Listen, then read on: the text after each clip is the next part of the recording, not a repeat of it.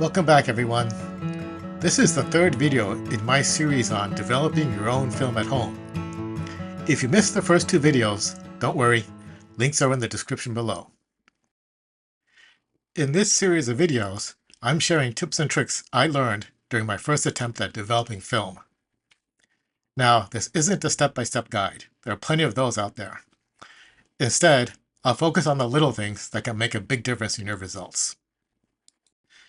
Now here's the thing. While my first attempt turned out great, I did run into one issue, which is a strong color cast on my negatives. I'll show you exactly what I mean and how I fix it during post-processing at the end of the video. To recap the first videos, the first video covered tips for loading the film onto the Patterson reel and tank. The second video focused on managing the chemistry in a water bath. Now in this video, we'll wrap up with tips for the actual development process and post-processing on the computer. A quick note before we get started. These tips are based on my experience developing Fuji Pro 400H film using Cinestill's color development kit and a Patterson tank.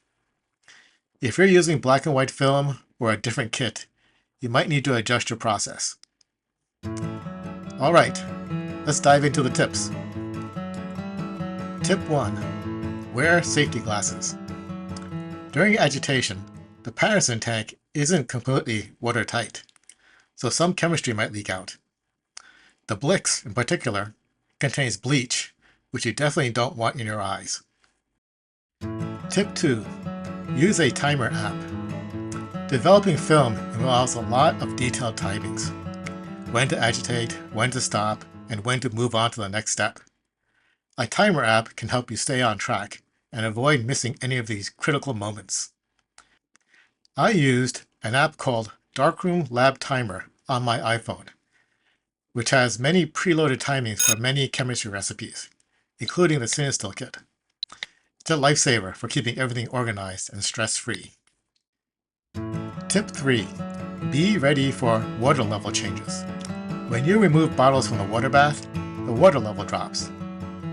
And simply putting the same empty bottle back won't work because empty bottles are very buoyant and will float.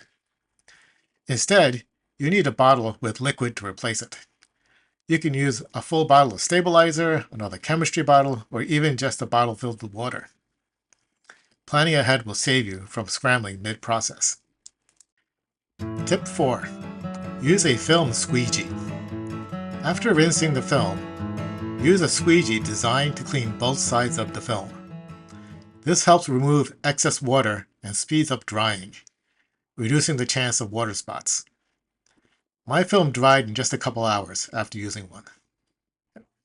So that was the last tip on the film development process, and now the next step is post-processing.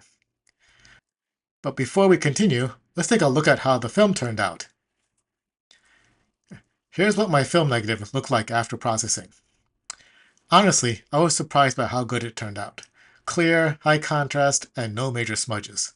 Not bad for a first try. So now on to post-processing. The first step is to scan your film into the computer. I won't go into detail here because that's a whole video in itself.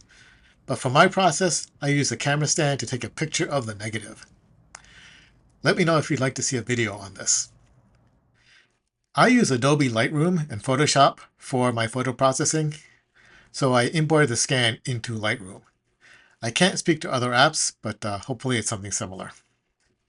This is what it looks like in Adobe Lightroom. Since it is a negative, the colors on the film are on the opposite side of the color wheel than the true colors of the scene. So they need to be inverted back to the true colors. This is how inverting is done in Photoshop. Open the photo in Photoshop and go to Image Adjustments Invert to flip the colors. Then save the file and return to Lightroom. Now here's where I ran into the issue I mentioned earlier, a strong blue color cast. I'm not sure if this is due to the development process or a characteristic of the film, but I don't see this issue when I have my film developed at a lab. The white balance can be tweaked, but it still leaves the blue color cast. You can see the temperature adjustment is pretty extreme. Fortunately, it's fixable, and I found 2 ways to correct it. It is related to the white balance. Option 1. Using Photoshop. This is the same as we just did before, but first we start by setting the white balance before going into Photoshop. Use the white balance dropper tool and click on the border of the film. Then, open the photo in Photoshop and invert the colors. Then, save the file and return to Lightroom to fine-tune the white balance again by using the white balance dropper on a white spot in the photo. This is how it looks without so much color cast. Additional adjustments can be made, and I usually use the auto option to get started. Option 2. Use Negative Lab Pro. The second option is using a Lightroom plugin called Negative Lab Pro. Start by setting the white balance using the white balance dropper, just like with the Photoshop solution. Once that's done, the plugin automates the inversion and color correction process. I won't get into the detailed steps, just follow the instructions from Negative Lab Pro. So this is how it looks in the end. I needed to make an exposure adjustment to make it more visible. Let me know if you would like to see a video on this process. Here's a comparison of the 2 methods. While Photoshop gets the job done, Negative Lab Pro delivers more polished results in my opinion. Now, Negative Lab Pro is doing more than just adjusting white balance. It has additional color corrections built in. Either way, you can achieve good results. Now, as I have said before, this is my very first time doing this. There probably is a way to fix this earlier in the development process, and there might be other ways to fix it in post-processing. So keep in mind that I'm not an expert at any of this. If you have any thoughts on doing this better, please leave a comment. And that's it for my tips on developing film at home. Remember, this video is all about the little tricks that can make your first attempt smoother and more successful. It's easier than it sounds, and with a little preparation and practice, you'll be getting amazing negatives in no time. Thanks for watching. If you found this video helpful, give it a thumbs up and subscribe for more on my journey with pinhole photography and everything that goes with it. Don't forget to check out the first 2 videos in this series. Links are in the description.